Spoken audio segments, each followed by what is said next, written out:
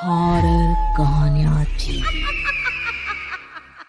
रहस्यमयी गर्भ। 60 वर्ष की उर्मिला शहर के बाहरी हिस्से में अपने छोटे से घर में अकेली रहा करती थी। एक रात शहर में बहुत जोर का तूफान आया। जोर जोर से हवाएं और आंधी तूफान के साथ तेज बारिश होने लगी। उन आवाजों को सुनकर कोई भी घबरा जाता, लेकिन उर्मिला घर के सारे खिड़की दरवाजे बंद कर गहरी नींद में सो रही थी। रात के लगभग 12 बजे होंगे कि किसी ने उर्मिला के घर का दरवाजा खटखटाया। दरवाजे के खटखटाने की आवाज सुनकर उर्मिला की नींद खुलती है। आखिर इतनी रात को कौन आया होगा? उर्मिला जाकर दरवाजा खोलती है तो सामने लगभग 26 साल की बेहद सुंदर लड़की को खड़ा देख हैरान रह जाती है। कौन हो बेटा, और इतनी रात को इतने भयंकर तूफान में कहाँ भटक रही हो? चाची, आपने मुझे पहचाना नहीं? मैं आपकी दूर की रिश्तेदार शालिनी। अरे हाँ, बचपन में तुझे देखा था। इतनी जवान हो गई है, कैसे पहचान में आती? लेकिन तू यहाँ क्या कर रही है, और वो भी ऐसी अंधेरी तूफान भरी रात में? उर्मिला की बात सुनते ही शालिनी की आंखों से आंसू बहने लगे। वो फूट फूट कर रोने लगी। ये देखकर उर्मिला को कुछ समझ में नहीं आया और उसने शालिनी का हाथ पकड़कर घर के अंदर आने के लिए कहा। जैसे ही शालिनी घर के अंदर रोशनी में आई, उर्मिला की नजर उसके पेट की तरफ गई, जिसे देखकर ये साफ पता चल रहा था कि वो प्रेग्नेंट है। अरे, तू तो पेट से है। ऐसी हालत में इतने भयंकर तूफान में आधी रात को बाहर भटक रही है। आखिर बात क्या है बेटा, मुझे सब कुछ साफ साफ बता। क्या बताऊं चाची, ये सब जिसकी वजह से हुआ है उसके बारे में बताने में भी मुझे शर्म आती है। मैंने घर वालों की मर्जी के खिलाफ जाकर एक लड़के से शादी कर ली थी, पर वो शादी के 1 महीने बाद ही मुझे छोड़कर चला गया। छोड़कर चला गया का क्या मतलब? क्या उसके साथ कोई हादसा हो गया? नहीं, उसे कोई दूसरी लड़की पसंद आ गई और मेरी प्रेगनेंसी की खबर सुनते ही उसने मुझे बेसहारा छोड़ दिया। उसके बाद मैं अपने घर गई, लेकिन माँ पापा ने मुझे घर में कदम तक नहीं रखने दिया। तभी मुझे आपकी याद आई। कोई बात नहीं, कोई बात नहीं, तुमने यहाँ आकर अच्छा ही किया। एक काम करो, तुम आराम करो। वैसे भी ऐसी हालत में इतना घूमना फिरना और इस तरह आधी रात को बाहर भटकना ठीक नहीं होता। प्रेग्नेंट औरत को आधी रात को घर से बाहर नहीं निकलना चाहिए। बुरी आत्माएं उस पर अपना असर दिखा सकती है।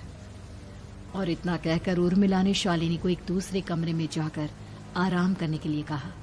लेकिन जैसे ही शालिनी अपने कमरे में जाने लगी, अचानक से उर्मिला ने उसे रोक लिया। एक बात बताओ बेटा, तुम्हारा कौन सा महीना चल रहा है?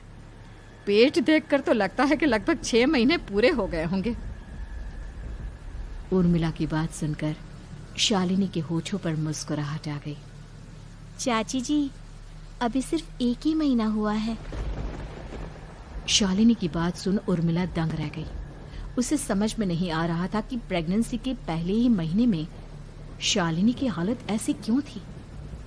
लेकिन फिर उसने बात को नजरअंदाज कर शालिनी को आराम करने के लिए कहा और खुद भी कमरे में जाकर सो गई। अभी कुछ ही घंटे बीते थे कि अचानक से एक बच्चे के बड़े ही अजीबोगरीब बेढंगे तरीके से रोने की आवाजें उर्मिला के घर में गूंजने लगी। उन आवाजों को सुनकर उर्मिला की नींद फिर से खुलती है। ये अचानक बच्चे के रोने की आवाज कहां से आने लगी? उसने उठकर चारों तरफ देखा, पर वहां उसे कोई नजर नहीं आया। उर्मिला घबराते हुए शालिनी के कमरे में गई तो वहां उसे कमरे की दीवार पर एक बेहद खौफनाक साया नजर आया, जिसे देखकर उर्मिला बुरी तरह से घबरा गई। आखिर ये सब क्या हो रहा है? शालिनी, शालिनी उठो!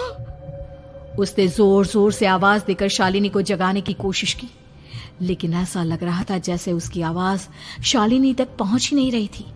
कमरे की दीवार पर एक बहुत बड़ा और बेहद डरावने दिखने वाले इंसान का साया और एक बच्चे के अजीबोगरीब ढंग से रोने और चीखने की आवाजें अब उर्मिला को ज्यादा डराने लगी थी।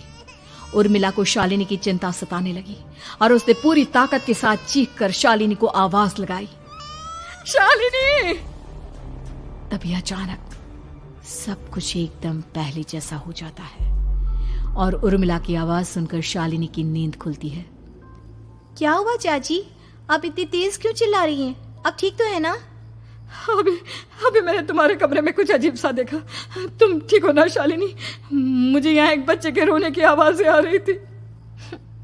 लगता है आपको मेरी कुछ ज़्यादा ही चिंता हो गई है। आपने मेरी प्रेगनेंसी के बारे में कुछ ज़्यादा ही सोच लिया होगा। मैं एकदम ठीक हूँ, आप आराम से सो जाइए। इतना कहकर शालिनी ने उर्मिला को फिर से अपने कमरे में जाने के लिए कहा और खुद भी जाकर सो गई। पर अब उर्मिला की आंखों से नींद गायब हो चुकी थी। अगली सुबह जब शालिनी उठी तो वो सीधा उर्मिला के पास आई। गुड मॉर्निंग चाची। तभी अचानक उर्मिला की नजर शालिनी के पेट पर पड़ती है, जिस पर नीले रंग से एक अजीब सी आकृति नजर आ रही थी। शालिनी, ये तुम्हारे पेट को क्या हुआ? मैंने इतनी औरतों को देखा है, ऐसा तो किसी के साथ नहीं होता। शालिनी ने जैसे ही अपने पेट की तरफ देखा तो उसे वहां कुछ भी नजर नहीं आया। चाची कुछ भी तो नहीं है, सब कुछ एकदम नॉर्मल है। आपको क्या अजीब लग रहा है? इससे पहले कि उर्मिला उसके सवाल का कोई जवाब देती, अचानक से शालिनी के पेट में जोर जोर से दर्द होने लगा। वो बुरी तरह दर्द से तड़पने लगी। चाची, चाची। ये सब देखकर उर्मिला बहुत घबरा गई। उसने धीरे धीरे शालिनी के पेट को सहलाना शुरू किया, लेकिन शालिनी का दर्द कम नहीं हुआ। उर्मिला जाकर रसोई से पानी का गिलास लेकर आई और शालिनी को पानी पिलाने की कोशिश करने लगी। ले बेटा, पानी पी ले, तुझे आराम मिलेगा। ले ले। नहीं चाची, मुझे बहुत तेज दर्द हो रहा है। अरे थोड़ा पी ले बेटा।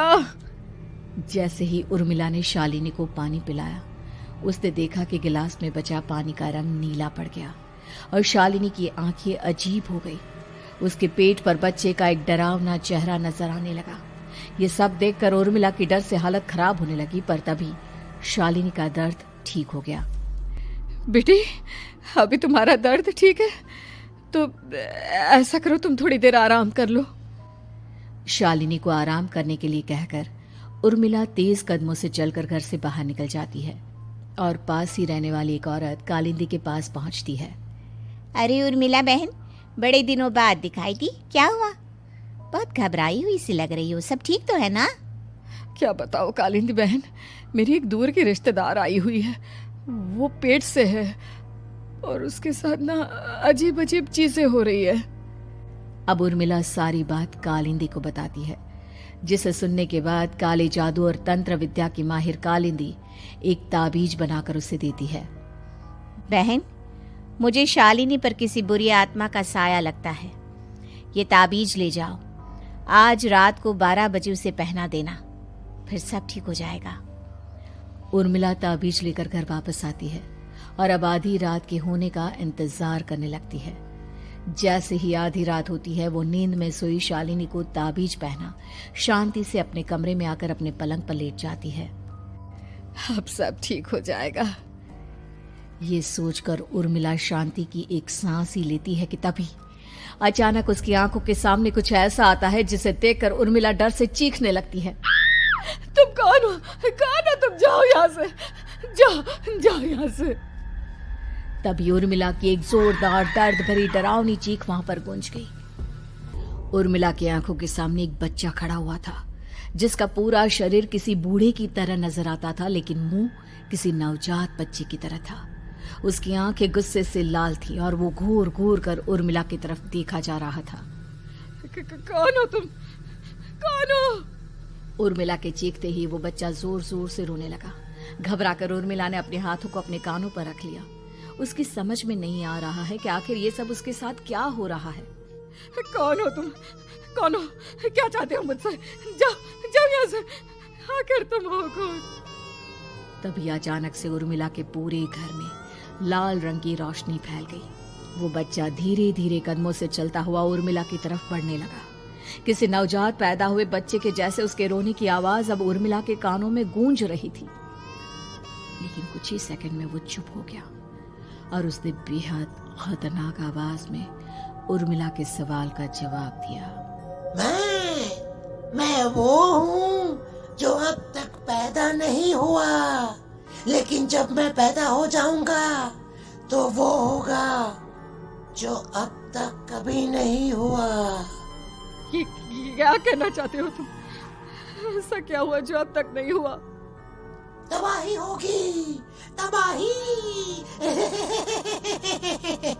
सब कुछ खत्म हो जाएगा और ये जो लड़की मुझे जन्म देने वाली है, मैं उसका खून पी जाऊंगा, सारा खून।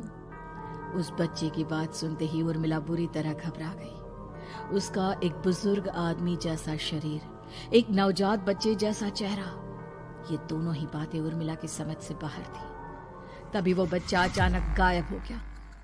घर का माहौल फिर से पहले जैसा हो गया। लाल रंग की रोशनी भी अब गायब हो चुकी थी। उर्मिला दौड़कर शालिनी के कमरे में पहुंची, जहां वो गहरी नींद में सोई हुई थी, पर उसके गले का ताबीज गायब हो चुका था। उठो उठो शालिनी, उठो बेटा, मुझे तुमसे जरूरी बात करनी है। अरे चाची क्या हुआ? इतनी रात को आप परेशान क्यों कर रही हैं? सब ठीक है ना? अभी जब तुम सो रही थी ना, तो मैंने तुम्हारे गले में एक ताबीज पहनाया था। कहाँ गया बेटा, बताओ मुझे। शालिनी ने चारों तरफ अपनी नजरें घुमाकर देखा, लेकिन वहां पर कोई ताबीज नहीं था। वह हैरानी से उर्मिला के चेहरे की तरफ देखने लगी। उसे समझ में नहीं आ रहा था कि आखिर उर्मिला किस ताबीज के बारे में बात कर रही थी। नहीं चाची, यहाँ कोई ताबीज नहीं है। लगता है आपने कोई बुरा सपना देखा है। मैंने कोई बुरा सपना नहीं देखा। खैर छोड़ो, तुम अब सो जाओ, कल सुबह बात करते हैं। डर और घबराहट की वजह से उर्मिला की आंखों से नींद तो जैसे बिल्कुल गायब हो गई थी। अगली सुबह उर्मिला बिना कोई देर किए गांव के बाहर एक छोटी सी झोपड़ी में रहने वाले बूढ़े पंडित के पास पहुंची। पंडित जी, मेरी मदद कीजिए। अरे आओ आओ उर्मिला, क्या हुआ? सब ठीक तो है ना? क्या बताओ पंडित जी, बहुत बड़ी मुसीबत है। मेरी दूर की एक रिश्तेदार लड़की पेट से है और उसके साथ बहुत डरावनी चीजें हो रही है। कल रात को तो एक अजीब सा दिखने वाला बच्चा मेरी आंखों के सामने आकर खड़ा हो गया था। ये तुम क्या कह रही हो? मुझे साफ साफ बताओ कि आखिर तुमने क्या देखा? उर्मिला ने अपने साथ हुई बीती रात की पूरी घटना पंडित जी को बताई, जिसे सुन पंडित जी के माथे पर चिंता की लकीरें उभर आई। अनर्थ होने वाला है, अनर्थ। बरसों पहले भी उस हैवान ने एक लड़की के पेट से जन्म लिया था और उसके बाद उस शहर को पूरी तरह से तबाह कर दिया। कैसी विपदा पंडित जी, कैसे बात कर रहे हैं आप? बताइए मुझे, और इसका उपाय क्या है? इसका उपाय तो है, लेकिन बहुत कठिन है। हो सकता है कि उस उपाय को करने के दौरान तुम्हारी जान भी चली जाए। मुझे मेरी जान की कोई परवाह नहीं, पर आप जिस तबाही के बारे में बात कर रहे हैं, बस वो नहीं होनी चाहिए। लाखों लोगों की जान बचाने के लिए मैं कुछ भी करूंगी। तो ठीक है, मेरी बात ध्यान से सुनो। बरसों पहले एक भयानक तांत्रिक ने अपनी तंत्र क्रिया के जरिए एक मासूम लड़की के साथ रिश्ता बनाकर उसके पेट से जन्म लिया था। इस तरह से वो अपने जैसे लोगों की संख्या इस दुनिया में बढ़ाना चाहता था। आपके कहने का मतलब है कि शालिनी के पेट से भी उस शैतान को जन्म लेना है, इसलिए उसने उसके साथ ये सब किया है? ठीक पहचाना तुमने। अब मैं तुम्हें एक ऐसा सिंदूर दूंगा जिसे तुम्हें ले जाकर उस लड़की के पेट पर लगाना होगा। क्या ऐसा करने से सब कुछ ठीक हो जाएगा? नहीं उर्मिला, ये सब इतना आसान नहीं। उस लड़की के पेट पर सिंदूर लगाने के बाद तुम्हें उसका पेट काटकर उस हैवान को बाहर निकालना होगा। नहीं पंडित जी, मैं ये सब नहीं कर सकती। मैं भला एक जिंदा लड़की के पेट को अपने हाथों से कैसे काट सकती हूँ? अगर तुमने ऐसा नहीं किया तो कुछ ही दिनों में वो हैवान उस लड़की के शरीर से जन्म लेगा और उसके शरीर के सारे खून को पीकर अपनी ताकत को बढ़ाएगा।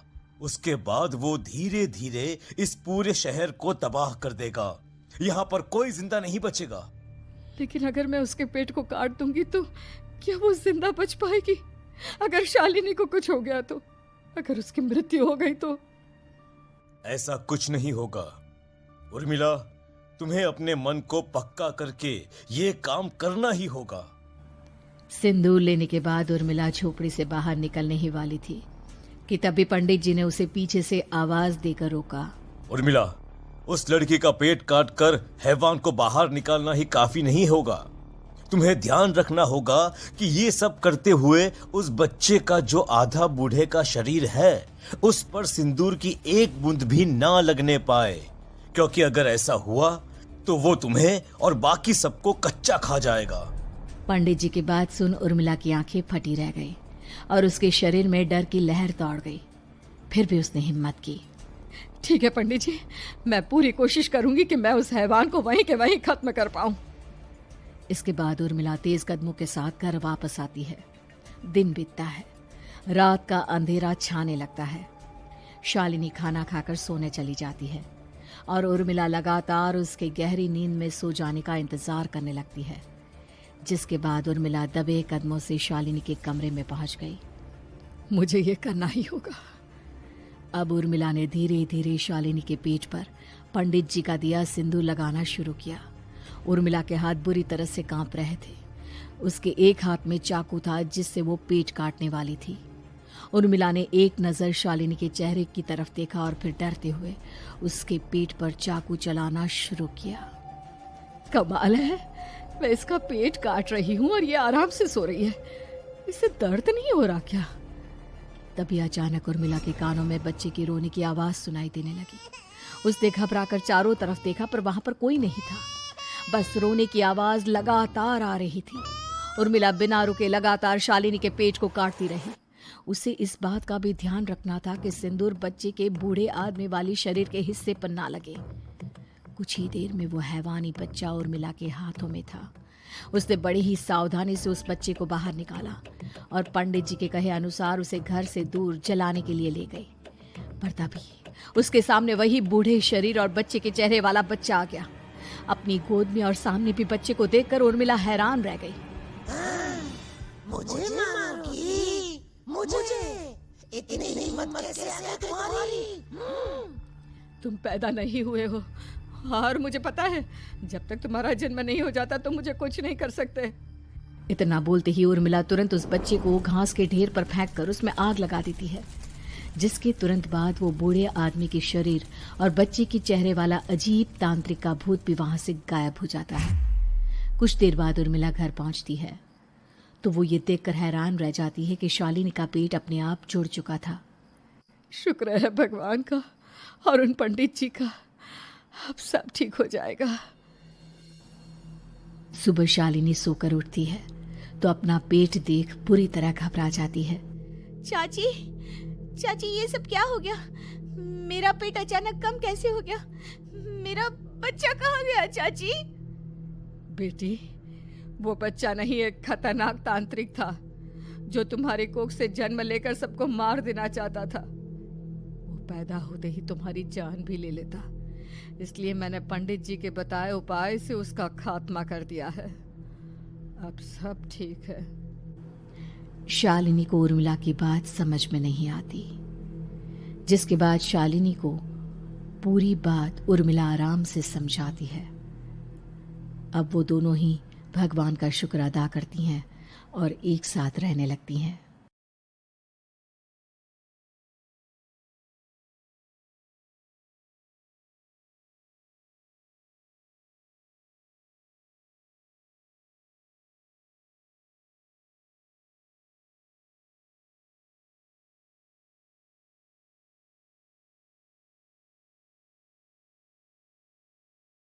विधवा बहू का फैसला। महक की शादी रोहन से होती है। रोहन माँ बाप का इकलौता बेटा होता है, लेकिन फिर किसी कारण से रोहन की मौत हो जाती है।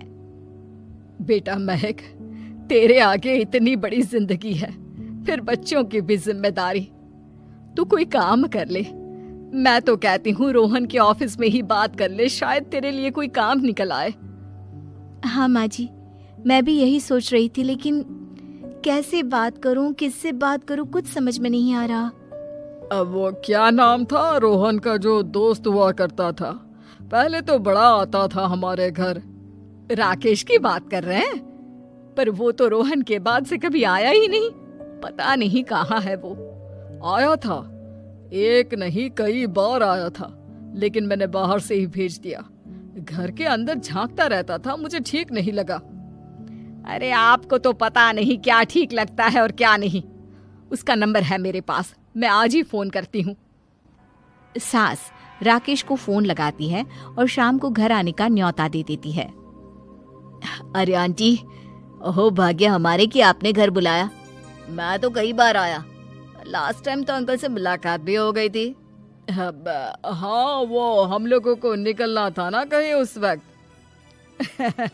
अरे छोड़ो ना बेटा, बोलो क्या लोगे? आपकी बहू। क्या बकवास कर रहे हो राकेश? अरे मेरा मतलब ये है कि आपकी बहू कहाँ है? भाभी जी के हाथ की चाय की बस एक प्याली मिल जाती तो। महक चाय लेकर आती है, लेकिन वो जैसे ही राकेश की ओर देखती है उसे राकेश पसंद नहीं आता। वो अंदर जाने को होती है कि अरे भाभी जी कहाँ जा रही हैं? बैठिए तो सबके साथ। जी नहीं, बच्चों को खाना खिला रही हूँ, आप माँ जी से बात करें ना। अंदर जाने के बाद सास कहती है, अरे बेटा राकेश, वो क्या है ना, वैसे तो तेरे अंकल जी की पेंशन आती है, साथ ही ऊपर 2 मंजिल मकान से किराया भी, तो हम लोगों का तो अच्छा चल जाता है। लेकिन महक, उनकी चिंता आप न करें आंटी, आदेश दें बस आप तो। देखो भाग्यवान, रहने दो, कोई बात नहीं, मैनेज हो जाएगा। अरे क्या मैनेज हो जाएगा अंकल, हमें भी बता दें। आप चुप रहिए जी। अब वो क्या है ना राकेश, तुझे तो पता है कि रोहन के 2 बच्चे हैं, उनकी पढ़ाई लिखाई का खर्चा बहुत है। हम ये चाह रहे थे कि रोहन के ऑफिस में महक को भी अगर कोई काम मिल जाता तो। क्यों नहीं आंटी जी, मैं हूं ना, मैं बात कर लेता हूँ। वैसे तो आप हाँ ही समझिए। महक भाभी को बोल देना कि कल तैयार रहें मेरे साथ ऑफिस चलने के लिए। मैं मालिकों से मिलवा दूंगा उन्हें। महक अंदर से सब सुन रही थी। अच्छा आंटी जी, तो चलता हूँ, कल आ जाऊंगा। अच्छा भाभी जी, तैयार रहिएगा कल। राकेश तो चला जाता है, लेकिन ससुर सास पर बरस पड़ते हैं। मुझे ये आदमी एक पैसे का पसंद नहीं है। तुम इसे बोल दो कि हमें कहीं नहीं करवानी बहू से कोई नौकरी। अरे क्यों नहीं करवानी? सारा पैसा मैं इसके बच्चे और इसी पर उड़ा दूंगी, तो मेरी बेटी को क्या दूंगी? जरूरत क्या है तुम्हारी बेटी को तुम्हारे पैसे की? अरे वो तो पहले ही बड़े पैसे वाले घर की बहू है। अपनी बहू की सोचो जो अब तुम्हारी बेटी जैसी है। बच्चे रोहन की आखिरी निशानी है। अरे अपना भाषण अपने पास रखो। सारा दिन घर पर बैठी रोटियां तोड़ेगी, तो काम करे ना कुछ बाहर जाकर। बहू सब सुन रही होती है। वो अगली सुबह बिना मन के तैयार तो हो जाती है, लेकिन जैसे ही राकेश आता है, क्या बात है भाभी जी, रेडी हैं? तो फिर चले डेट पर, मतलब इंटरव्यू पर। महक सामने आती है कि सामने ससुर जी खड़े होते हैं। हाँ महक बेटा, आओ चलते हैं, मैं भी चल रहा हूँ। ससुर को तैयार देखकर राकेश का चेहरा बन जाता है। अंकल जी, आप परेशान हो जाएंगे। अरे रहने दीजिए ना, धूप भी बहुत है। वैसे भी स्कूटर में तो 2 लोग ही बैठ सकते हैं ना। तो तुम चलो, मैं बहू के साथ अपनी कार से आ जाता हूँ। महक ससुर जी को देखकर खुश हो जाती है, उसे शांति हो जाती है। वो लोग रोहन के ऑफिस जाते हैं, जहाँ बॉस कहते हैं, नमस्ते अंकल। नमस्ते महक, कैसे हैं आप लोग? रोहन का सुनकर बहुत दुख हुआ अंकल। वैसे कैसे आना हुआ? बेटा, क्या हमारी बहू के लिए तुम्हारी ऑफिस में कोई काम मिल सकता है? हमने राकेश से इसी सिलसिले में तुमसे बात करने को कहा था। उसी के कहने पर हम दोनों तुमसे मिलने आए हैं। राकेश ने तो कोई बात नहीं की। ऊपर से उसने तो आज की छुट्टी ले रखी है, ऑफिस भी नहीं आया। बोल रहा था जरूरी काम से जाना है। महक और ससुर एक दूसरे को देखने लगते हैं। वैसे महक, क्या किया है आपने? I mean, इंग्लिश कैसी है आपकी? महक बॉस से अपनी पढ़ाई लिखाई और क्वालिफिकेशन के बारे में सब कुछ बताती है। ग्रेट, आपके लिए काम तो है, लेकिन ऑफिस में नहीं।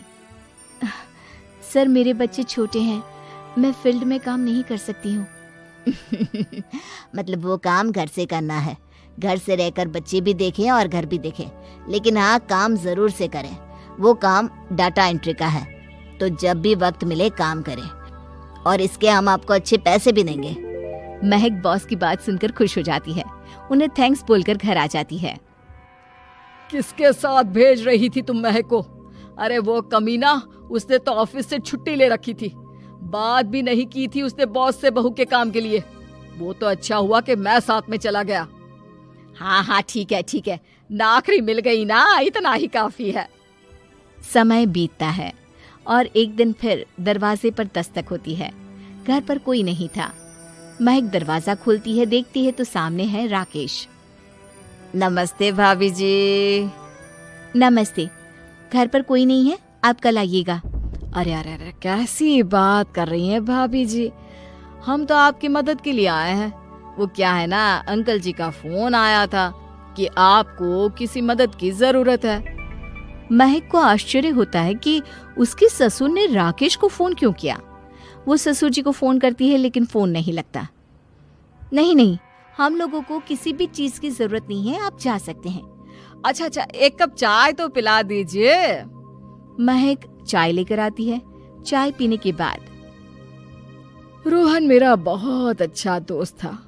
उसने मुझसे कहा था कि वो रहे ना रहे, उसके घर वालों का, खास करके आपका ख्याल मुझे ही रखना है। तो मैं कल फिर आऊंगा भाभी जी। नहीं, माता पिताजी है नहीं, वो 4-5 दिन बाद आएंगे। आप उन लोगों के आने के बाद ही आइएगा। मुझे ये सब ठीक नहीं लगता। अरे छोड़िए ना भाभी जी, लोगों का तो काम है कहना। मेरा मतलब है वो तो बोलते ही रहेंगे। आता हूँ मैं कल। महक को अब गुस्सा आ जाता है। हमेशा शांत और मधुर बोलने वाली महक पहली बार जिंदगी में फैसला लेती है और फैसला होता है राकेश को सबक सिखाने का। बड़े बेशर्म हैं आप। किसने कहा आपको कि आप आए? अरे भैया, साफ साफ बोला ना कि नहीं जरूरत है किसी की मदद की। मैं अकेले सक्षम हूँ अपना घर संभालने के लिए। आज आखिरी बार बोल रही हूँ, इस घर की तरफ आंख उठाकर भी देखा ना तो देख लेना, वरना पुलिस के हवाले कर दूंगी।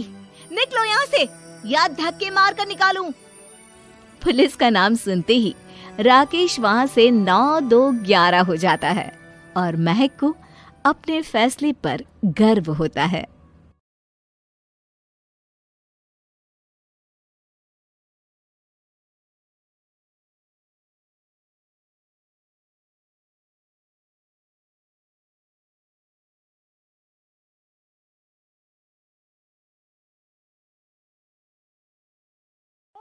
हॉरर कहानियां थी। शब्द, तुझे भरोसा नहीं ना, तो फिर जा अपने कमरे में जाकर देख।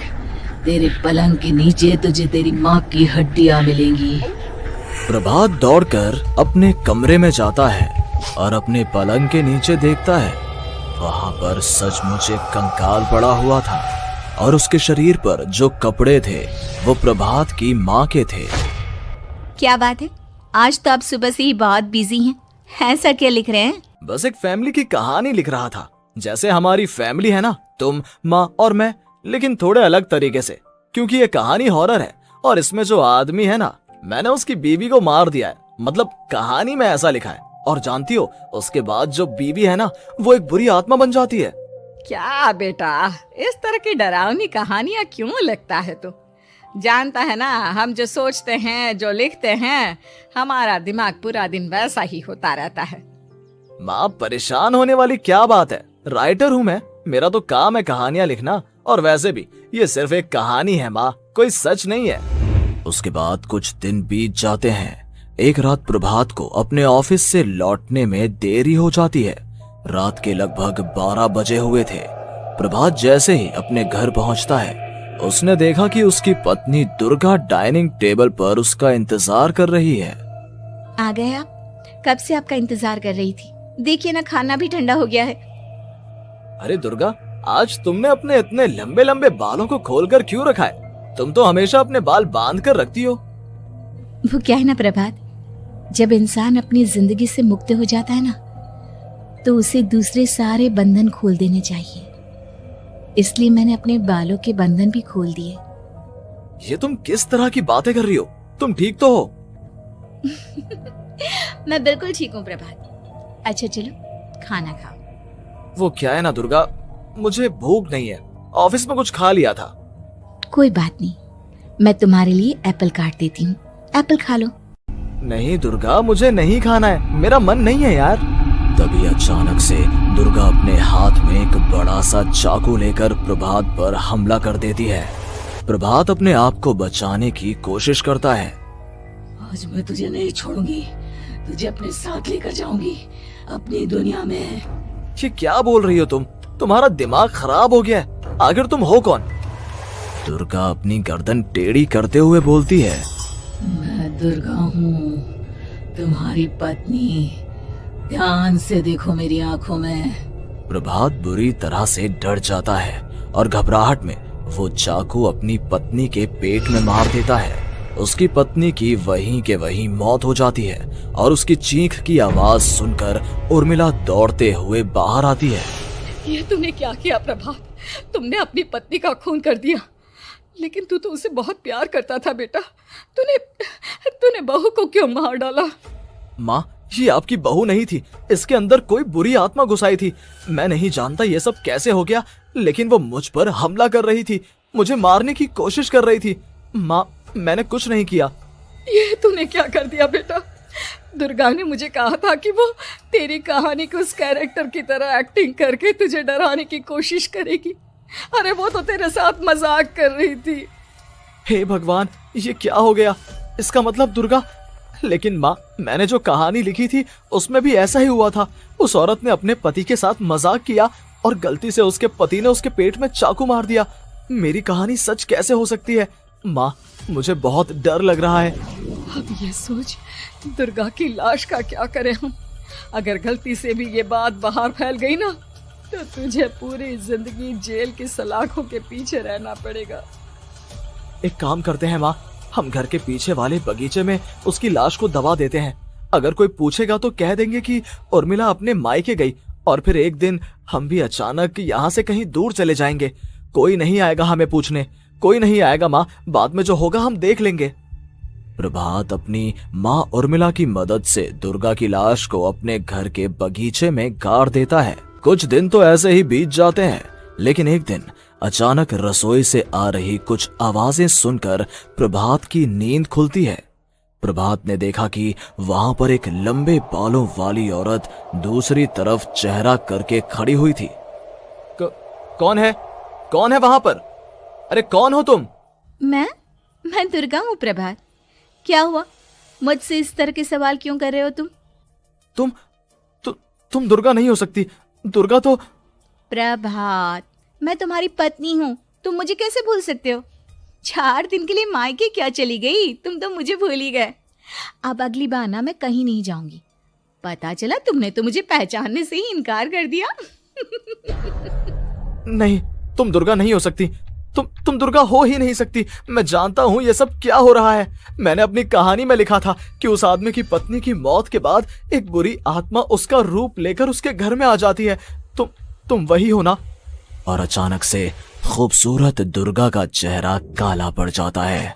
उसकी आंखें लाल हो जाती हैं और पूरे शरीर पर बाल, लंबे नुकीले नाखून, उसके दोनों पैर उल्टे हो जाते हैं और बेहद डरावनी आवाज में वो चिल्लाकर कहती है, बुरी आत्मा, मेरा खून करके मुझे अपने ही घर में गाड़ कर तू मुझे बुरी आत्मा कह रहा है? मैं तुझे छोड़ूंगी नहीं।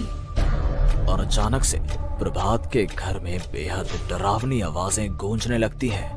घर में चारों तरफ बहुत सारी बुरी आत्माएं नजर आने लगती हैं। प्रभात घबरा कर अपनी माँ को आवाज देता है, माँ कहाँ है आप? जल्दी आइए माँ, देखिए ना ये सब क्या हो रहा है। प्रभात ने देखा कि अचानक से उसकी माँ कमरे से दौड़ कर आती है। क्या हुआ प्रभात? और ये लोग कौन है? इन सब की गर्दन टेढ़ी क्यों है? इनके बाल खुले हुए। हाँ प्रभात, ये सब लोग तो मुझे मरे हुए नजर आ रहे हैं। हाँ माँ, ये सब लोग मरे हुए ही हैं और ये ठीक वैसा ही हो रहा है जैसा मेरी कहानी में हुआ था। लेकिन मेरी कहानी के हिसाब से तो आप भी। अचानक से उर्मिला का रूप बदल जाता है। वो भी एक डरावने साए की तरह बन जाती है और बेहद डरावनी आवाज में चिल्ला चिल्ला कर कहती है, मर गई तेरी माँ। जानता है, कल रात जब तू सो रहा था ना, तो मैंने उसके शरीर का सारा खून पी लिया। अब बस हड्डियां बची है उसके शरीर में। नहीं, ऐसा नहीं हो सकता, ऐसा बिल्कुल नहीं हो सकता। मेरी माँ नहीं मर सकती। तुझे भरोसा नहीं ना, तो फिर जा अपने कमरे में जाकर देख। तेरे पलंग के नीचे तुझे तेरी माँ की हड्डियां मिलेंगी। प्रभात दौड़कर अपने कमरे में जाता है और अपने पलंग के नीचे देखता है। वहां पर सचमुच एक कंकाल पड़ा हुआ था और उसके शरीर पर जो कपड़े थे वो प्रभात की माँ के थे। माँ, अब मुझे कुछ करना पड़ेगा। लेकिन मेरी कहानी में लिखा था कि माँ की मौत मेरे हाथों से होगी, पर माँ तो पहले ही मर चुकी है और वो बुरी आत्मा मुझे भी मार देगी। नहीं नहीं, इससे पहले कि वो मुझे कुछ करे, मुझे उसका काम खत्म करना होगा। प्रभात अपने हाथ में बड़ा सा चाकू लेकर उस बुरी आत्मा पर हमला कर देता है जिसने प्रभात की माँ का रूप लिया हुआ था, और अगले ही पल वो नीचे गिर जाती है और उसके शरीर से खून बहने लगता है। ऐसा नहीं हो सकता, एक बुरी आत्मा के शरीर में तो खून होता ही नहीं है। तो क्या सच में मैंने अपनी माँ को मार दिया? लेकिन अभी कुछ देर पहले तो फिर वो कंकाल किसका है? और ये कौन है? मैं पागल हो जाऊंगा। और अपनी माँ की लाश, इसका मैं क्या करूं? लोग पूछेंगे तो मैं क्या जवाब दूंगा? तभी वहां पर दुर्गा का रूप लेकर जो आत्मा थी उसने प्रभात से कहा, गाड़ दे अपनी माँ को ले जाकर उसी जगह जहाँ तूने मेरा खून करके मुझे गाड़ दिया था। जा, चला जा। घबराया हुआ प्रभात पागलों की तरह अपनी माँ की लाश को लेकर बगीचे में गाड़ देता है।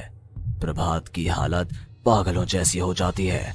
वो अपने आप को अपने घर में बंद कर लेता है।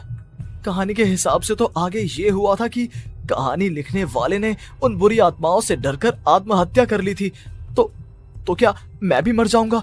क्या मैं भी आत्महत्या कर लूंगा? एक काम करता हूँ, मैं अपनी कहानी का अंत बदल देता हूँ। हाँ, ये मैंने पहले क्यों नहीं सोचा। मैं लिख दूंगा कि कहानी को लिखने वाला आत्महत्या नहीं करता, बल्कि कहीं दूर जाकर नए सिरे से अपनी जिंदगी शुरू करता है। यही सोचकर प्रभात ने अपनी लिखी हुई कहानी को बाहर निकाला और उसे पढ़ना शुरू किया। ये देखकर वो हैरान रह गया कि कहानी का क्लाइमैक्स तो किसी ने पहले ही बदल दिया था। ये क्या? इसमें तो लिखा हुआ है कि आखिर में उस लेखक की पत्नी और माँ दोनों बगीचे में जिंदा दफन थे। बुरी आत्माओं ने उनको कैद करके रखा था और वो लेखक अपनी माँ और पत्नी दोनों को जिंदा बाहर निकाल लेता है। लेकिन ये सब लिख किसने दिया? प्रभात दौड़कर बगीचे में जाता है और वहां पर खुदाई करना शुरू कर देता है। प्रभात देखता है कि वहां पर लकड़ी के 2 बड़े संदूक हैं और उनके अंदर से आवाजें आ रही हैं। प्रभात बचा लो मुझे। अगर थोड़ी देर और हो गई तो वो मुझे छोड़ेगी नहीं। बेटा देखो, मैं इस बक्से के अंदर बंद हूँ, प्लीज मुझे बाहर निकालो। वो बुरी आत्मा किसी भी वक्त मुझे मार डालेगी। प्रभात वो दोनों बक्से बाहर निकालता है और अपनी पत्नी और माँ दोनों को आजाद करवा लेता है। लेकिन तभी वहां पर अचानक से एक बेहद डरावनी और खौफनाक दिखने वाली औरत आ जाती है। तुझे क्या लगा था इतनी आसानी से अपनी पत्नी और माँ को बचा लेगा? बस 5 मिनट और उसके बाद अमावस का चांद आसमान में आने ही वाला है। लेकिन तूने इन दोनों को बाहर निकाल लिया, अब तुझे मरना होगा। नहीं, मैं जानता हूँ मैं नहीं मरूंगा, और अब आगे क्या करना है ये भी मुझे पता है। प्रभात, ये बहुत खतरनाक है, हमें मार डालेगी। प्रभात, चलो यहाँ से। नहीं दुर्गा, अब मुझे अच्छी तरह से पता चल चुका है कि इस बुरी आत्मा से हम कैसे पीछा छुड़वा सकते हैं। और इतना कहकर प्रभात अपने हाथ में पकड़ी हुई सिंदूर की थैली उस बुरी आत्मा के ऊपर उछाल देता है। कुछ ही देर में वो जमीन पर गिरकर राख में बदल जाती है। ये सब क्या हो रहा था बेटा? ये सब तुम्हारी लिखी हुई इस कहानी की वजह से हुआ है ना? नहीं माँ, पहले मुझे भी ऐसा ही लगा, लेकिन बाद में पता चला कि बरसों पहले हमारे इस बगीचे की जमीन के अंदर किसी को जिंदा गाड़ दिया गया था और बस उसी औरत की आत्मा हमें परेशान कर रही थी। उसी ने मेरे शब्दों में जान डालकर उस कहानी को जिंदा कर दिया था। मुझे माफ कर दो प्रभात, मैंने आपकी कहानी के साथ छेड़छाड़ की थी और उसे बदल दिया था। माफी मांगने की जरूरत नहीं है दुर्गा। तुम्हारे उस बदलाव की वजह से ही आज हम सब जिंदा हैं, क्योंकि आखिर में कहानी में वो हुआ जो तुमने लिखा था।